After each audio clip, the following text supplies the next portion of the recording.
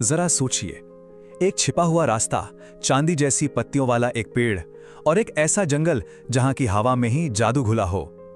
आज हम लिली और जादुई वनमित्र की इसी दुनिया में उतर रहे हैं, ये समझने के लिए कि ये कहानी सिर्फ एक कहानी से कहीं ज्यादा क्यों है। असल में ये दोस्ती, हिम्मत और हमारे चारों ओर मौजूद उस जादू का एक गहरा सबक है जिसे हम अक्सर देख नहीं पाते। हर बड़ी कहानी की शुरुआत होती है एक हीरो से जिसके मन में ढेर सारे सवाल होते हैं। तो मिलिए लिली से, उसके अंदर भी हम सब की तरह ही रोमांच की एक प्यास है।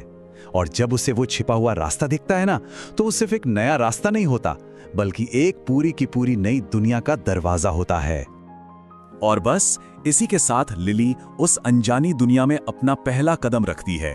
यहाँ आते ही हवा बदल जाती है, रोशनी थोड़ी धीमी हो जाती है और जो जंगल कल तक जाना पहचाना लगता था वो अचानक रहस्यमयी लगने लगता है। वो एक ऐसी जगह की दहलीज पर खड़ी है जहाँ दुनिया के आम नियम शायद लागू नहीं होते। और जैसे ही उसकी उंगलियां उस चांदी की पत्ती को छूती हैं, मानो बिजली का एक हल्का सा झटका लगता है। ये सिर्फ एक एहसास नहीं, ये एक तरह का रहस्य उद्घाटन है। वो उस जंगल की धड़कन को महसूस कर सकती है, उसके राज सुन सकती है। ठीक इसी पल लिली को पता चलता है कि वो अब सिर्फ एक दर्शक नहीं, बल्कि इस जादुई दुनिया का हिस्सा बन चुकी है। देखिए, कोई भी एडवेंचर दोस्तों के बिना तो अधूरा ही होता है ना? और लिली कुछ ऐसे दोस्तों से मिलने वाली है जिन्हें वो शायद कभी नहीं भूल पाएगी। हर मुलाकात एक पहेली के टुकड़े की तरह है, जो उसे दोस्ती, हिम्मत और खुद अपने बारे में कुछ नया सिखाएगी। तो उसका पहला गाइड कौन बनता है? ये है सैमी, एक ऐसी गिलहरी जो सिर्फ अखरोट नहीं बल्कि जंगल के राज इकट्ठा करती है। वो जंगल का चलता फिरता विश्वकोश है और उसे लिली में एक सच्ची आत्मा दिखाई देती है। सैमी ही कहानी का पहला और सबसे बड़ा सच बताता है। वो कहता है, जंगल का रहस्य ये है कि ये एक ऐसी जगह है जहां कुछ भी मुमकिन है। अगर तुम इसका सपना देख सकती हो तो तुम इसे हासिल भी कर सकती हो। ये सिर्फ एक लाइन नहीं है, ये इस पूरी कहानी की चाबी है। सोचिए, क्या होगा अगर हम सब इस विश्वास के साथ जिएं? इसके बाद उसकी मुलाकात होती है चंचल परियों से। वो लिली को सिर्फ जादू नहीं सिखाती, बल्कि वो उसके साथ अपना सार साझा करती हैं। उड़ना, अदृश्य होना, जानवरों से बात कर पाना, ये सब शक्तियां दोस्ती का तोहफा है जो लिली को दुनिया को एक बिल्कुल नई नजर से देखने का मौका देती हैं। हर जादुई दुनिया को एक संरक्षक की जरूरत होती है, कोई ऐसा जो उसकी कहानियों को, उसकी यादों को सहेज कर रखे। इस जंगल के लिए वो है ओलिवर, बुद्धिमान बूढ़ा उल्लू। वो सिर्फ एक पक्षी नहीं बल्कि एक जीती जागती लाइब्रेरी है, और लिली ज्ञान की तलाश में उसी के पास जाती है।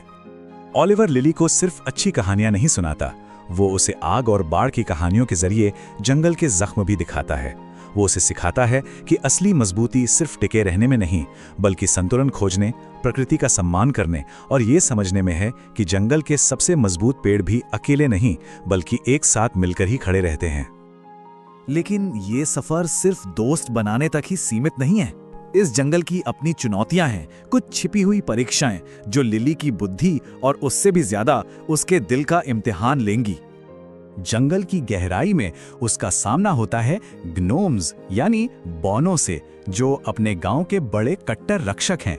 वो अजनबियों पर इतनी आसानी से भरोसा नहीं करते और लिली को ये साबित करना होगा कि वो सिर्फ यहाँ से गुजर नहीं रही है, उसे साबित करना होगा कि वो इस जगह के लायक है। और उनकी परीक्षा क्या है? एक पहेली। वो पूछते हैं, ऐसी क्या चीज है जिसके सिर के बिना गर्दन है, रीढ़ के बिना पीठ है और पैरों के बिना 4 टांगे होती हैं? जरा सोचिए इस पर। जवाब है एक शर्ट। लिली की तेज बुद्धि उन्हें प्रभावित तो करती है, लेकिन बौने इतनी आसानी से हार मानने वालों में से नहीं है। एक परीक्षा काफी नहीं है। वो एक और मुश्किल पहेली के साथ दबाव बढ़ाते हैं। ऐसी कौन सी चीज है जिसके पास जबान है लेकिन बोल नहीं सकती, बिस्तर है पर कभी सोती नहीं, और सिर है मगर कभी रोती नहीं? जवाब है एक नदी। इस पहेली को सुलझाकर लिली सिर्फ एक खेल नहीं जीतती, वो उनका सम्मान जीतती है, ये साबित करते हुए कि उसकी बुद्धि उसकी जिज्ञासा जितनी ही तेज है। और इसी के साथ उनके गांव के दरवाजे लिली के लिए खुल जाते हैं। उसकी अगली चुनौती ताकत की नहीं बल्कि धैर्य की है। वो एक गुस्सैल पेड़ से मिलती है जो सालों के अकेलेपन से इतना कठोर हो गया है कि उसने दोस्ती की उम्मीद ही छोड़ दी है। वो इस बात की याद दिलाता है कि दुख हमें कैसे दुनिया से अलग थलग कर सकता है। लेकिन लिली डरती नहीं है। वो उसके गुस्से के पार देखती है और उसके अकेलेपन को महसूस करती है। हर दिन वो वापस आती है, अपनी मौजूदगी और अपनी कहानियों से उसे अपनापन देती है। धीरे धीरे अपने अटूट धैर्य से वो उस कठोर छाल को तोड़ देती है और पेड़ को याद दिलाती है कि फिर से खुलना और किसी से जुड़ना कैसा लगता है। अपनी यात्रा में और गहराई में जाकर लिली को एक छिपा हुआ झरना मिलता है। ये सिर्फ पानी नहीं है, ये मानो जंगल का दिल है जिसमें घाव भरने और जिंदगी लौटाने की ताकत है। ये प्रकृति की उस क्षमता का प्रतीक है जो हमें फिर से ठीक कर सकती है, हमें सुकून दे सकती है। उस झरने पर लिली एक बहुत अहम सबक सीखती है। जंगल सिर्फ रोमांच और दोस्तों की जगह नहीं है, ये एक अभयारण्य है, आत्मचिंतन और शांति पाने की जगह। वो समझती है कि कभी-कभी सबसे बड़ा रोमांच बाहर नहीं बल्कि अपने अंदर की ओर होता है। लेकिन हर कहानी में एक साया होता है। जैसे ही जंगल में शांति अपने चरम पर पहुंचती है, एक खतरा उभरता है जो उन सभी चीजों को नष्ट करने की धमकी देता है जिनसे लिली ने प्यार करना सीखा है। ये दोस्ती, हिम्मत और जादू की आखिरी और सबसे बड़ी परीक्षा है। जंगल पर एक साया पड़ता है, एक घुसपैठिया जो वहां के सद्भाव को भंग करता है और डर फैलाता है। ये सिर्फ एक दुश्मन नहीं है, ये संदेह, स्वार्थ और प्रकृति से अलगाव का प्रतीक है। अचानक दांव पर सब कुछ लग जाता है। ये लड़ाई सिर्फ जंगल को बचाने की नहीं है बल्कि उस विचार को बचाने की है जिसके लिए ये जंगल खड़ा है। और यहीं पर सब कुछ एक साथ आता है। लिली, जो कभी एक जिज्ञासु लड़की थी, अब एक रक्षक बन चुकी है। वो ओलिवर से मिली बुद्धि, परियों से मिले जादू और अपने दोस्तों से मिले अटूट समर्थन को साथ लाती है।